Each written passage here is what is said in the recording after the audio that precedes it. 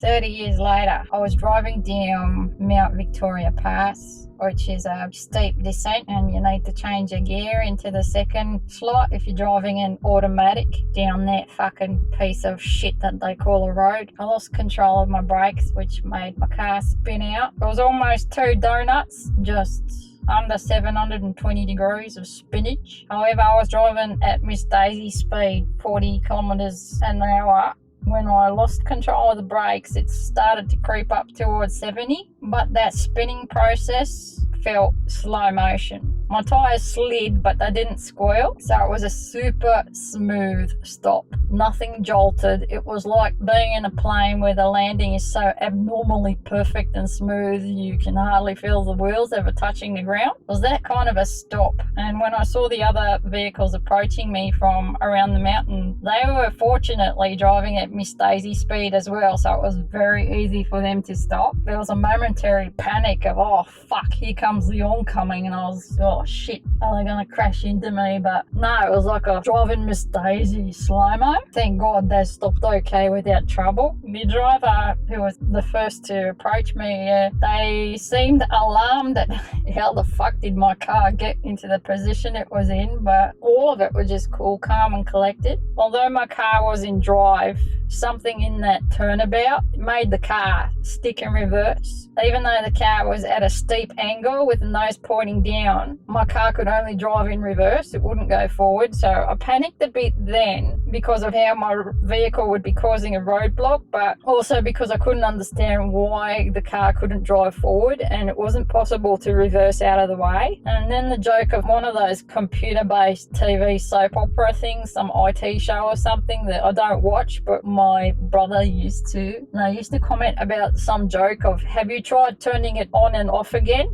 And that was the first thing that jumped into my head. So I switched into park, turned off my car, restarted the engine, switched into drive, and thank fuck, just got lucky and the car was able to resume normal function and I could move forward out of the way and just resume on my way back home. Yeah, just got the impression that I just steadily remaining on guard just in case my vehicle might have wonked out again down that fucking mountain that I hope I never get to drive down ever again. I was experiencing some form of Jesus fuck, your car could have cliff dived. There was some kind of shock like that at the time, but I was conscious of how the external expression in my body was just hyper calm, and the internal dialogue sounded like, I don't fucking get it. Why are you so fucking calm and can't feel any sense of feeling flustered or stressed about what happened? Why aren't you fucking stressed or flustered? The only aspect that made me nervous was how it would take another 30 minutes of rural driving before I got back home, and how that would be another dose of extreme isolation because I was returning to an empty home in the middle of nowhere with no one to greet me or debrief with. No one was coming to my house, absolute no one. Nearest neighbour is about 3 kilometres away. That type of aloneness, which I actually love and crave, even more so when it snows because it just blocks the whole fucking planet from accessing my life. Super cock block, fuck off, can't penetrate. I did feel relieved when I finally reached my driveway, opened the door, just flumped on the sofa with what the fuck just happened. It was like nothing actually happened. That was part of the unsettling sensation of,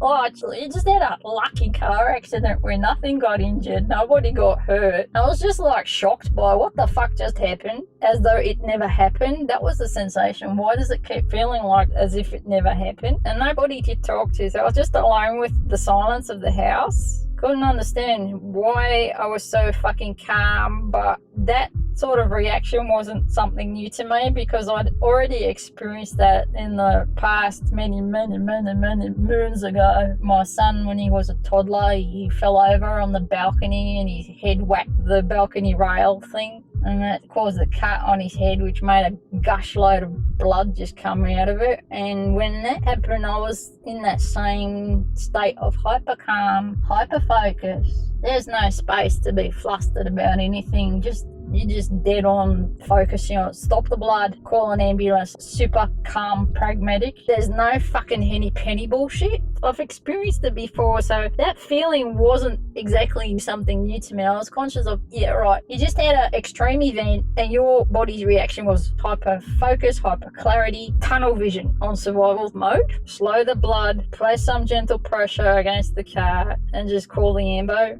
So I was just really conscious of how I felt the same as that particular day, but I was aware that my body was clearly experiencing an extreme adrenal type of event, but the reaction was just hyper calm. And I feel to some extent that did impact the mental processing, because I had many moments of, what the fuck, am I still alive? Did I actually die? And is this the other side of that, where does life continue, just keep continuing business as usual? There was that sort of a mental confusion, struggling with what's real, what happened, and mainly because I was alone with that. Sat on my sofa, just looked over to my 3D wombat sculpture that was work in progress, had to move on with finishing the sculpture, and that's when I decided to switch over to some Desperate Housewives in Turkish. They did a copy of the series in Turkish, the same one as the English storyline, and I started listening to that like background music so that the house wouldn't be so silent. So the home, it was like a radio playing background noise. I worked on my wombat every day for about 10 days, between 12 to 16 hours, and hearing nothing but Turkish non-stop. Turkish.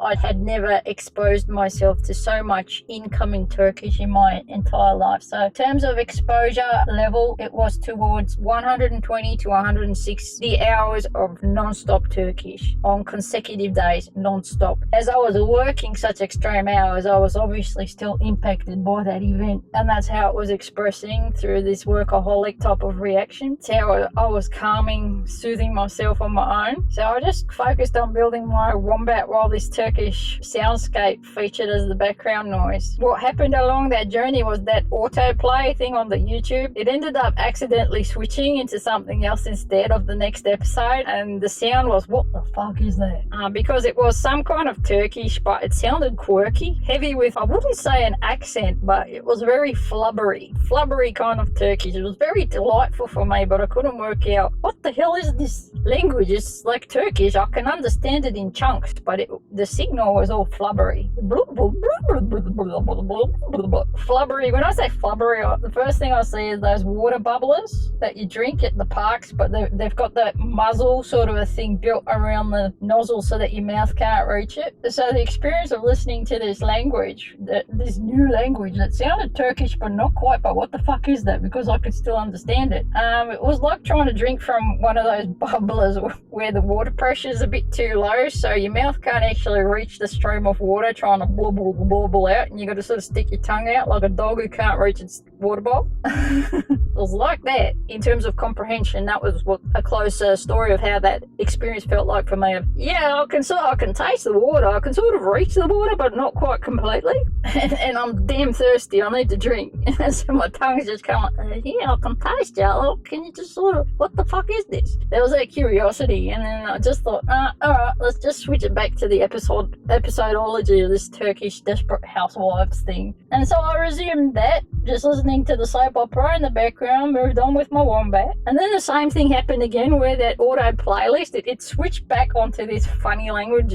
And then when that happens, I got to work out what the fuck is this language, because I love it. Absolutely loved it. It was really delightful. Cool, okay, what is it? And so that's where, I get up off my ass, take a break from the wombat build, sort of check the playlist. What the fuck is this? It's just like, hey, why is there this Russian in the title? There's this Russian style title, obviously not Romans.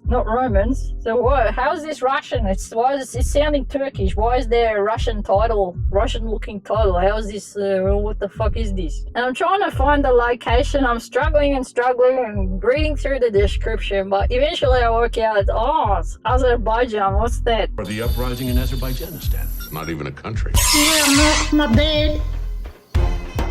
I thought Azerbaijan might have been some rural town in the middle of Turkey, like one of these down the beaten tracks, just like where I was living in the middle of nowhere. So I looked it up on Google and I saw the location of Azerbaijan. I thought, what the fuck is this? This is Turkish. I can understand it. How is that possible? And then I tried to reason, maybe it's just like a Turkish immigrant where they've exited Turkey and they moved to Azerbaijan. So that's why they sound Turkish, because they're carrying a Turkish accent, but they're actually speaking Azerbaijani. And I thought, maybe that's why. And then I started exploring the other culture, the Azeri music. It's the same phenomenon. What the hell? This is Turkish. It's like a colourful Turkish. I just kind of startled by that How's that possible? Similar to my first contact story with the soundscape of Abo. When I first heard it for the very first time, that was the first contact story of why is it sounding so much like home and closer to me compared to mainstream Turkish. That's why it struck me, because I just couldn't understand how is this possible. The way they were saying certain words was reflecting how I would have naturally spoken as a kid, but it would have been a form of speech where the types of mistakes, these would have been mistakes that my mother would have corrected, but in this Azeri style, it was exactly how I spoke as a kid. So I was struck by it. What the hell? This sounds like how I would have naturally spoken. And I couldn't get over how, with more exposure to the Azeri, it's like, this is sounding so much like my dad and my paternal aunt. There was this immediate sense of home, but it's not just dad's side, it was also mum, because I started seeing there's this funny backwards E letter. It sounds like an E. Is that an E? Oh, then I started to see the A, and that's when it just hit me like an arrow. Robin Hood style, where there's an arrow in the bullseye already, but that next arrow just shatters it right through the middle. So that penetration into my heart is not the hurty kind, it's the precision. It truly nailed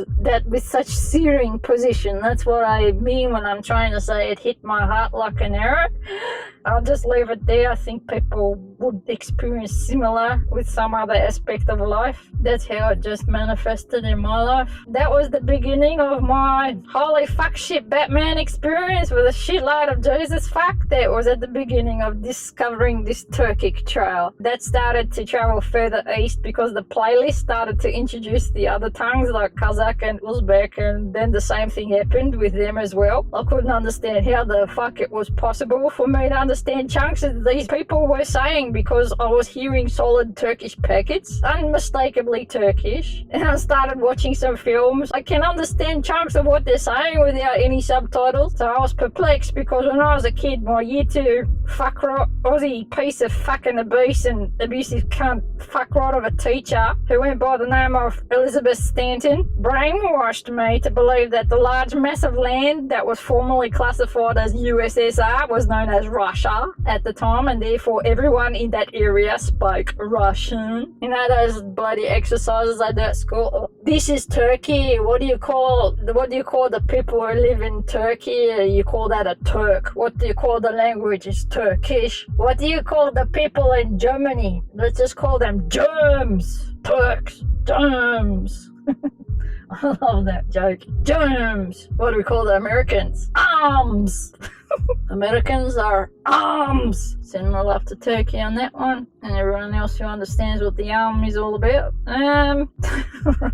Back on track, so you're starting to digress. Right, that was really confronting how I was conditioned to believe that USSR was Russia. They spoke Russian as if that was some scientific contour truth. At a school in Australia, that's what they taught. So I was confronted with, yeah, but I can understand the lingo. You're telling me I can understand Russian? Nah, sorry. The audibility and my comprehension of that lingo, very strained. Can't do it, but it's not immediate like this Uzbeki, Kazakhi, Kyrgyz language. So just to retrace the process of what happened again. 1, extreme adrenal event. So my body was naturally jacked like fuck. 2, exposure to a shitload of Turkish for 10 consecutive days towards 160 hours of exposure, non-stop, living, breathing it. 3, got derailed by an auto playlist which switched my tracks into the Azerbaijan direction, and then that linked me to the whole bloody Turkic network that I never knew about. And then 4, I spent considerable time exploring the other tracks that led me. It was towards 6 to 8 weeks, perhaps towards 12, of exploring all of these Turkic soundscapes. Yeah, it was towards that 12-week zone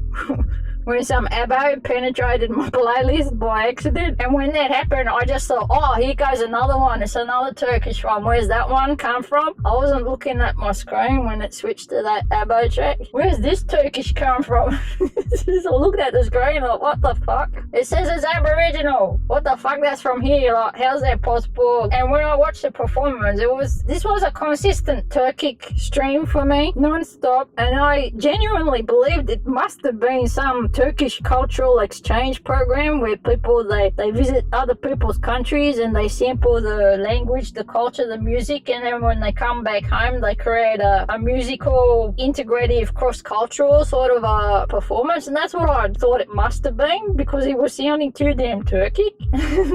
What the hell? And that was the beginning of my journey of what the hell is this language? It was located in the top northeastern corner, that top end. Was this Wubui? Tried to look up Wubui, try to listen to the lingo. I was like, no, I can't hear it through Wubui. This isn't Wubui. But Wubui is close. Anyway, now's not the time for the story of what happened afterwards. This is just the outline of what happened through the second point of contact with a language where I experienced what the fuck sounds like home. Coming from some motherland I never got to live or grow up with, but the soundscape, the collective soundage sounded so close to home. It was unmistakably, that just sounds like my dad. They're using words that my parents used when I was a kid, but in modern day Turkish, those words are no longer used. But in the Azeri area, they're still using it. Anyhow, yeah, I guess for me, one of the pivotal moments was that seeing that letter in the Azeri term, because I couldn't see the difference. Why are they doing that backwards? It took a while before I could hear the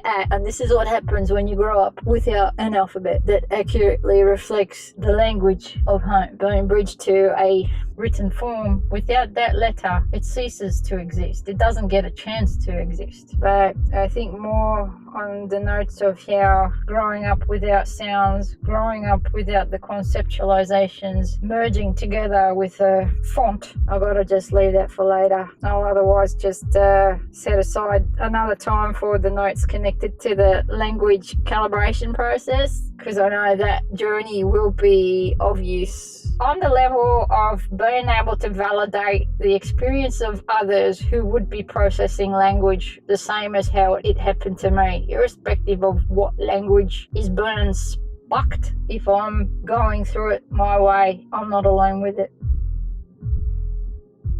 Today I'm just in my ultimate country practice attire. It's my favourite red flanny. Yeah, I even embroidered.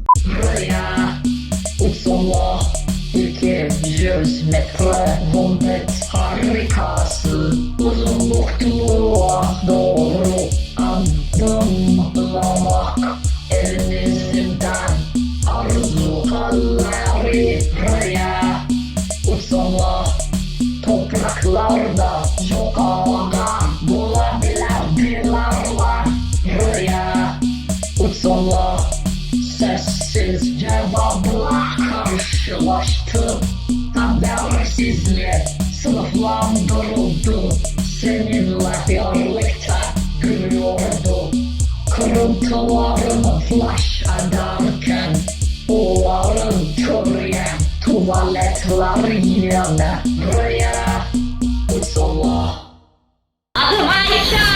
Yeah!